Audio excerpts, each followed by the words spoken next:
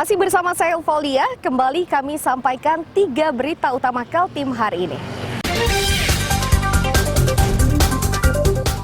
Polisi di Samarinda bersikap tegas.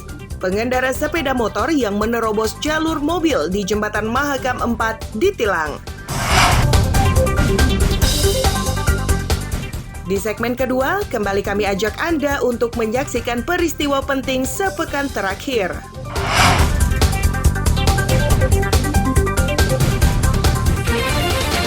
Taman Wisata Salma Sofa di Samarinda semakin diminati masyarakat.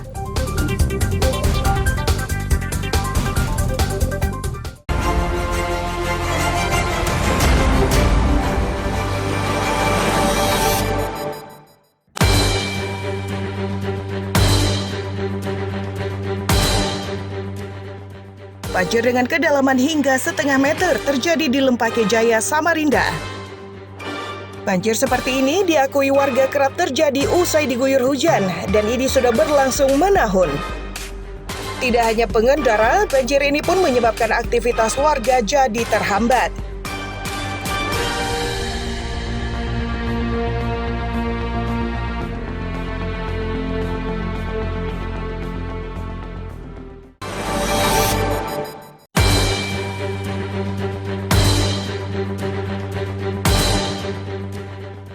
Satu dari 3 sepeda motor yang disita polisi di Samarinda merupakan hasil curian 4 pemuda. Sedangkan 2 lainnya, sepeda motor milik pelaku yang dikendarai saat beraksi. Terakhir pelaku mencuri di Jalan Jakarta, Kecamatan Sungai Kunjang pada Rabu malam 26 Februari 2023 lalu. Keempatnya terancam pidana 7 tahun penjara.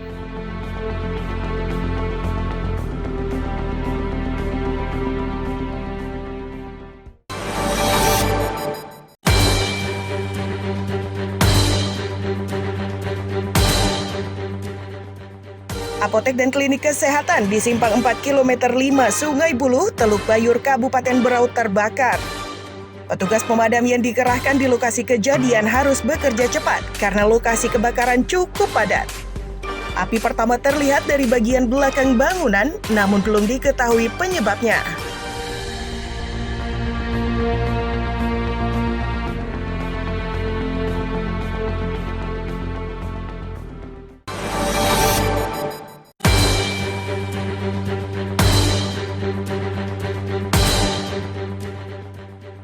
Penambang ilegal di Kabupaten Berau ditangkap polisi.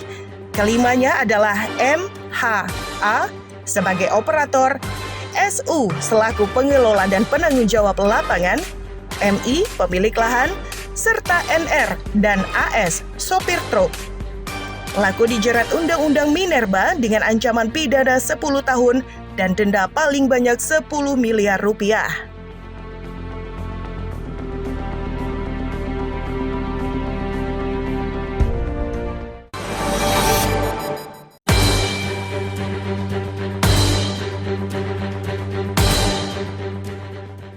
Bagian belakang mobil bernomor polisi KT1372ML rusak usai diseruduk mobil lain. Kondisi serupa terjadi di bagian depannya juga ringsek karena menabrak tiang listrik. Mobil tersebut ditabrak saat parkir di tepi jalan AM Rifadin, Lojanan Ilir. Pengemudi mobil yang menabrak menyatakan kecelakaan ini terjadi akibat dirinya kelelahan.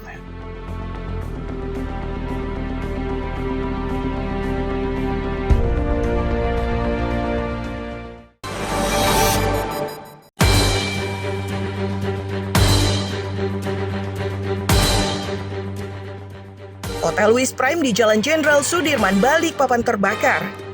Kondisi ini menyebabkan tamu yang menginap di hotel panik dan berhamburan menyelamatkan diri. Petugas pemadam yang diterjunkan ke lokasi kejadian bergerak cepat. Setelah hampir 2 jam berupaya, kobaran berhasil dipadamkan.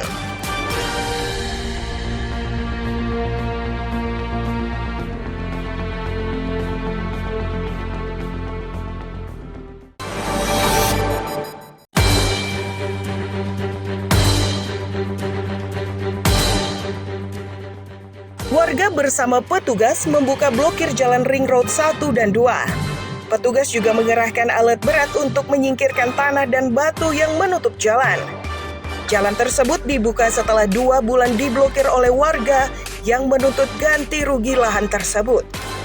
Warga mengancam blokir akan kembali dilakukan jika ganti rugi tidak dibayarkan.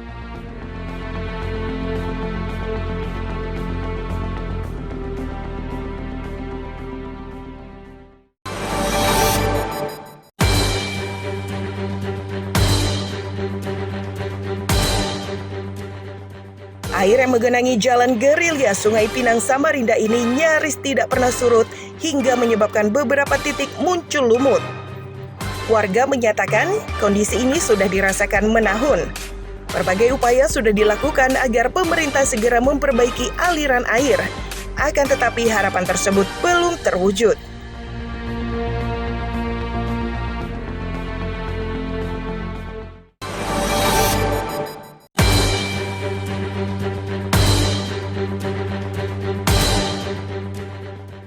Belasan mahasiswa dari keluarga besar pelajar dan mahasiswa Kabupaten Berau atau KPMKB berunjuk rasa di pintu masuk kantor Gubernur Kalimantan Timur. KPMKB mendesak pemerintah provinsi mengaudit perusahaan yang secara rutin memberikan dana sosial atau CSR kepada masyarakat untuk memastikan dana tersebut sudah disalurkan.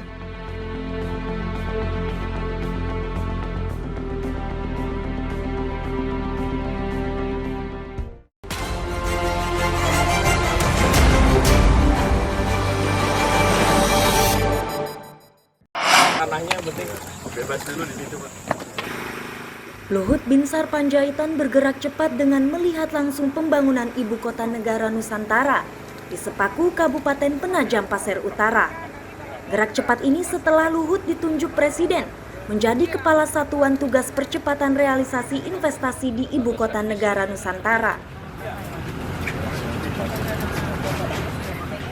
Kepala Otorita Ibu Kota Negara Nusantara, Bambang Susanto menegaskan, tugas dari Kepala Satgas adalah mengkoordinir semua pihak yang ingin menanamkan modalnya di IKN.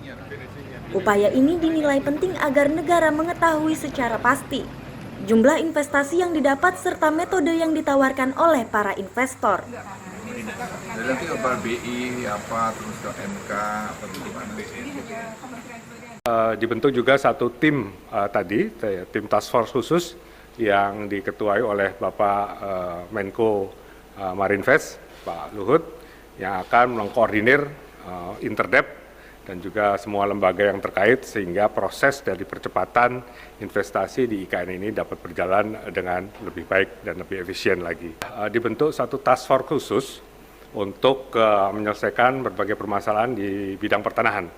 Kita ketahui bahwa di bidang pertanahan ini kita ingin agar segala sesuatunya clean and clear, istilahnya begitu. Jadi yang akan ditawarkan kepada investor ini adalah tanah-tanah yang memang sudah matang dan kita ketahui harganya, sehingga mereka bisa langsung menghitung berdasarkan kondisi topografi, kondisi geologi, akses dan sebagainya, sehingga nanti dalam rencana bisnis hal ini akan lebih tajam lagi, sehingga nanti pada waktu para pelaku investasi ini akan berdialog dengan kami, berdiskusi dengan kami, mencari harga yang paling baik misalnya, itu tentu akan dilandasi oleh data-data dan informasi terkini yang up to date.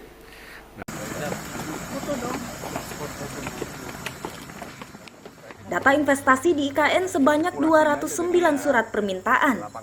Dari jumlah tersebut 36 pemohon statusnya sudah meningkat dan sudah menandatangani surat perjanjian kerjasama. Alasannya itu bisa ada diskresi atau apa? Amir Hamzah dan tim liputan melaporkan dari Penajam Pasir Utara. Gimana ini karena percepatan?